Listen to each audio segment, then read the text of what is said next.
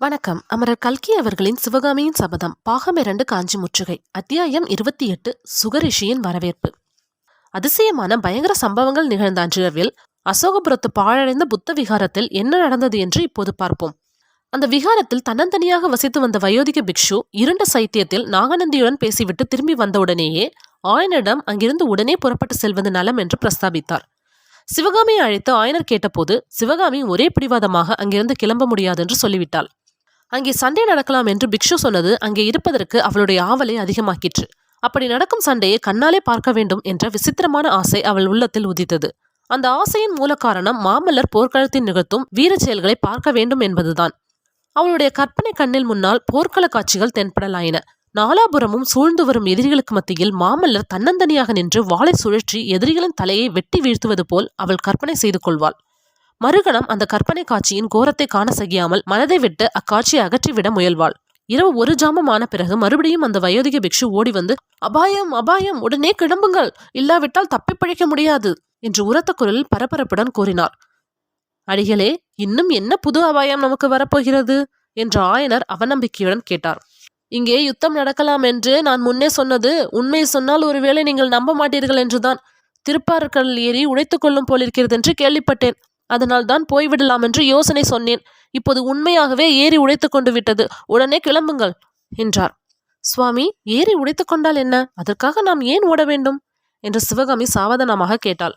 திருப்பார்கடல் ஏரியை நீ பார்த்திருந்தால் இப்படி சொல்ல மாட்டாய். நாளை பொழுது விடுவதற்குள் இங்கே எல்லாம் ஒரே வெள்ளமாயிருக்கும் என்றார் பிக்ஷு. சிவகாமி ஆயனர் பக்கம் திரும்பி, அப்பா, நான் வெள்ளமே பார்த்ததில்லை. நாம் இங்கேயே இருந்து வேடிக்கை பார்க்கலாம். பிக்ஷு வேண்டுமானால் போகட்டும் என்றாள். பெண்ணே, அறியாமையால் பிதற்றுகிறாய். வெள்ளம் வந்தால் வேடிக்கையாயிராது. பனைமர உயரம் பிரம்மாண்டமாக வரும். இந்த விகாரம் சைத்தியம் எல்லாம் மூழ்கி போய்விடும். அப்புறம் என்ன வேடிக்கை பார்க்கிறது? சுவாமி, அவ்வளவு நிச்சயமாய் சொல்லுகிறீர்களே, தங்களுக்கு எப்படி தெரியும் என்று ஆயனர் கேட்டார். 10 வருஷத்துக்கு முன்னால் இப்படித்தான் ஒரு தடவை திருப்பார்கடல் ஏறி உடைப்பு எடுத்துக்கொண்டது. அப்போது நானே பார்த்திருக்கிறேன். இந்த பள்ளத்தாக்கில் ஆயிரக்கணக்கான ஜனங்கள் செத்து போனார்கள். மீறியிருந்தவர்கள் இங்கே குடியிருப்பது அபாயம் என்று வேறு மேட்டுப்பாங்கான இடங்களுக்கு குடிப்போய் விட்டார்கள். அந்த வெள்ளத்திற்கு பிறகுதான் இந்த அசோகபுரம் இப்படி பாழடைந்து கிடக்கிறது. இதையெல்லாம் கேட்டபோது ஆயனருக்கும் சிவகாமிக்கும் மனக்கலக்கம் உண்டாயிற்று. ஆயினும் இரவில் கிளம்ப அவர்கள் மனம் இசையவில்லை. அதோடு இப்போது பெருங்காற்றும் மழையும் ஆரம்பித்திருந்தன. சிவகாமி திடீரென்று நினைத்து கொண்டு, அப்பா, குண்டோதரன் சாயங்காலம் வந்தான், மறுபடியும் மாயமாய் மறைந்து விட்டானே. இந்த காற்றிலும் மழையிலும் எங்கே அகப்பட்டு கொண்டானோ தெரியவில்லையே என்று கவலையுடன் கூறினாள். அவனுடைய நடவடிக்கையே இப்போது விசித்திரமாய்தான் இருக்கிறது என்றார் ஆயனர். அதோ கேளுங்கள் சத்தத்தை என்றார் பிக்ஷு. ஆம், அதுவரையில் கேளாத ஒரு புதுவிதமான சத்தம் அப்போது லேசாக கேட்டது. ஆயனருக்கும் சிவகாமிக்கும் மனக்கலக்கம் அதிகமாயிற்று. சிவகாமி, அது என்ன சத்தம் என்றாள். ஏறி உடைத்து கொண்டு விட்டது. நாளை பொழுது விடுவதற்குள் இங்கே ஒரே வெள்ளமாயிருக்கும் என்றார் பிக்ஷு. தெருவெல்லாம் தண்ணீர் ஓடுமோ? இந்த விகாரத்துக்குள்ளே கூட ஜலம் வந்து விடுமோ என்றாள் சிவகாமி. விகாரத்துக்குள்ளே மட்டும் இல்லை, விகாரத்துக்கு மேலேயும் கூட வந்துவிடும் என்றார் பிக்ஷு. சுவாமி, இப்போது என்ன யோசனை சொல்லுகிறீர்கள் என்று ஆயனர் கவலையுடன் கேட்டார். இப்போது நான் என்ன யோசனை சொல்வது? சாயங்காலமே போய்விடலாம் என்று சொன்னேன். நீங்கள் கேட்கவில்லை. பக்கத்தில் உள்ள கிராமத்துக்கு போய் ஒரு பானை தப்பம் கொண்டு வருகிறேன். அதுவரையில் நீங்கள் இங்கேயே இருங்கள். இன்றிரவு நாம் தப்பி பிழைத்தால் புத்த பகவானுடைய கருணைதான். ஆஹா, நாகநந்தியடிகள் எப்பேற்பட்ட பொறுப்பை என்னிடம் ஒப்புவித்து போய்விட்டார். இவ்விதம் கூறிவிட்டு அந்த வயோதிக புத்த பிக்ஷு நள்ளிரவில் புயலிலும் மழையிலும் விகாரத்திலிருந்து வெளியில் சென்றார். புத்த பிக்ஷு வெளியில் போய் சற்று நேரத்திற்கெல்லாம் அவர் கூறியபடியே உடைப்பு வெள்ளம் அசோகபுரத்தை அடைந்து விட்டது. முதலில் கொஞ்சமாகத்தான் வந்தது. அப்புறம் மலபலவென்று பெருக ஆரம்பித்து விட்டது. விகாரத்து கதவுகளின் இடுக்கு வழியாக தண்ணீர் உள்ளே வர தொடங்கியது. சிறிது நேரத்திற்கெல்லாம் கதவுகளை பிளந்து தள்ளிவிட்டு உள்ளே குபு குபு என்று பாய ஆரம்பித்தது. வெள்ளம் பெருக தொடங்கியதும் ஆயனர் முதலியோர் முதலில் விகாரத்தின் வெளிவாசல் திண்ணையில் வந்து நின்றார்கள். ஆனால் மழை, புயல், மின்னல் அசாத்தியமாயிருந்தபடியால் அங்கே நிற்க முடியவில்லை. பிறகு உள்ளே சென்றார்கள். உள்ளே தண்ணீர் புகுந்ததும் மேடைகளில் ஏறி உட்கார்ந்து கொண்டார்கள். மேடைகளிலும் தண்ணீர் வந்ததும் மேல் தளத்துக்கு போகும் அச்சுப்படிகளில் ஏறி உட்கார்ந்து கொண்டார்கள். அப்படியும் அவர்கள் விடாமல் தண்ணீர் மேலே மேலே வந்து கொண்டிருந்தது. அப்பா, என் அசட்டுத்தனத்தினால்தான் உங்களை இந்த கதிக்கு ஆளாக்கினேன் என்று சிவகாமி ஆயனின் கழுத்தை கட்டிக்கொண்டு புலம்பினாள். ஐயோ, இந்த மானையும் கிளியும் எதற்காக அழைத்து வந்தேன் என்று வருந்தி அவற்றை அன்புடன் தடவி கொடுத்தாள். மானும் கிளியும் ஏதோ பெரிய ஆபத்து வருகிறது என்பதை உணர்ந்து சிவகாமியின் அருகில் வந்து ஒட்டிக்கொண்டு நின்றன. குழந்தாய், நீ என்ன செய்வாய்? இப்படி நாம் கூண்டோடு கைலாசம் போக வேண்டும் என்று விதி இருக்கும்போது எப்படி தடுக்க முடியும்? அந்த நாகநந்தியின் பேச்சை கேட்டு இப்படி ஆயிற்று என்று ஆயனர் கூறி சிவகாமியின் முதுகில் அருமையுடன் தட்டி கொடுத்தார். நாகநந்தியின் மேல் ஒரு தவறும் இல்லை. எல்லாம் மாமல்லரால் தான் வந்தது அப்பா என்றாள் சிவகாமி.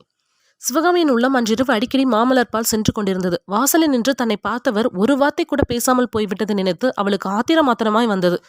அவர் நின்று பேசி தங்களையும் கூட அழைத்து போயிருந்தால் இப்படி நேர்ந்திராதல்லவா? எனவே இந்த வெள்ளத்தில் நாம் செத்துப்போவதே நல்லது. நம்ம இங்கே பார்த்துவிட்டு சென்ற மாமலருக்கு ஒரு நாள் இல்லாவிட்டால் ஒரு நாள் நாம் இங்கேயே வெள்ளத்தில் மூழ்கி செத்துப்போனது தெரியாமல் போகாது. அப்புறம் அவர் வாழ்நாளெல்லாம் இதை நினைத்து நினைத்து துக்கப்படுவார் அல்லவா? சற்று நின்று சிவகாமியுடன் பேசாமல் வந்து விட்டோமே என்று வருத்தப்படுவார் அல்லவா? படட்டும் படட்டும். அவ்வளவு கல் நெஞ்சமுடைய மனிதருக்கு இதுவும் வேண்டும் இன்னமும் வேண்டும். அப்படி அவரை வருத்தப்படுவதற்காகவே நாம் இங்கே வெள்ளத்தில் செத்துப்போவது நல்லதுதான். ஆனால் பாவம் அப்பாவும் அத்தையும் ரதியும் சுகரும் ஏன் இந்த கதிக்கு உள்ளாக வேண்டும்? பகவானே, திடீரென்று ஏதாவது ஒரு அற்புதம் நேரக்கூடாதா? தன்னை தவிர மற்றவர்கள் உயிர் பிழைக்க கூடாதா? நான் மட்டும் சாகக்கூடாதா? தன்னுடைய துரதிர்ஷ்டம் தலைவிதி, அவர்களையும் ஏன் பற்ற வேண்டும்? இப்படிப்பட்ட எண்ணங்களில் எவ்வளவு நேரம் போயிருக்கும் என்று தெரியாது. புயலும் மழையும் கொஞ்சம் ஓய்ந்திருப்பது போல தோன்றிற்று. மச்சுக்கு போய் பார்க்கலாம் என்று நினைத்து எல்லோரும் மேலே போனார்கள். உண்மையாகவே புயல் ஓய்ந்து மழையும் விட்டிருந்தது. சிறு தூறல் தான் தூறியது. கீழ் திசையில் பரவியிருந்த மங்கலான வெளிச்சம் விரைவில் உதயமாக போகிறது என்பதை காட்டியது. அந்த உதய நேரத்து ஒளியில் ஆயனர் முதலியோர் சுற்றுமுற்றும் பார்த்தபோது அவர்கள் என்றும் பாரா அதிசயமான காட்சி தெரிந்தது. எங்கெங்கும் ஒரே தண்ணீர் பிரவாகமாய் இருந்தது. சற்று தூரத்திலிருந்து கிராமத்து குடிசை வீடுகளின் கூரை தொட்டுக்கொண்டு வெள்ளம் ஓடிற்று. வீட்டு கூரைகளும் வைக்கோல் போர்களும் பெரிய பெரிய விருட்சங்களும் அந்த பெரு வெள்ளத்தில் மிதந்து சென்றன. சிவகாமியின் உள்ளத்தின் அந்தரங்கத்தில் ஒருவேளை எங்கிருந்தாவது எப்படியாவது மாமல்லர் நம்மை காப்பாற்றுவதற்காக வரக்கூடாதா என்ற எண்ணம் தோன்றியது. வீணாசை என்று அவளே தன்னைத்தானே திருத்திக் கொள்ள முயன்றாள். ஆனால் இதென்ன விந்தை? கனவு காண்கிறோமா? சித்தப்பிரமையா? அல்லது உண்மைதானா? நடக்காத காரியம் நடக்கிறதே. கைகூடாத ஆசை கைகூடுகிறதே. அதோ வெள்ளத்தில் நீந்தி கொண்டு வரும் குதிரை மேல் இருப்பவர் மாமல்லர் தானே. கண்களே, சரியாக பாருங்கள். நெஞ்சே, கொஞ்சம் நிதானித்துக் கொள்ளுங்கள். ஆம் ஆம், அவரேதான், சந்தேகமில்லை. நடராஜ பெருமானே, பராசக்தி தாயே, அருள் புரியுங்கள். மீதியுள்ள தூரத்தை அவர் அபாயமில்லாமல் கடந்து வந்து சேர வேண்டுமே. அப்பா அப்பா, யார் வருகிறார் என்று பார்த்தீரா? அத்தை, நீ பார்த்தாயா? ரதி, உனக்கு கண் தெரிகிறதா? சுகபிரம ரிஷியே, உனக்கு வாய் அடைத்து போய்விட்டதா என்ன?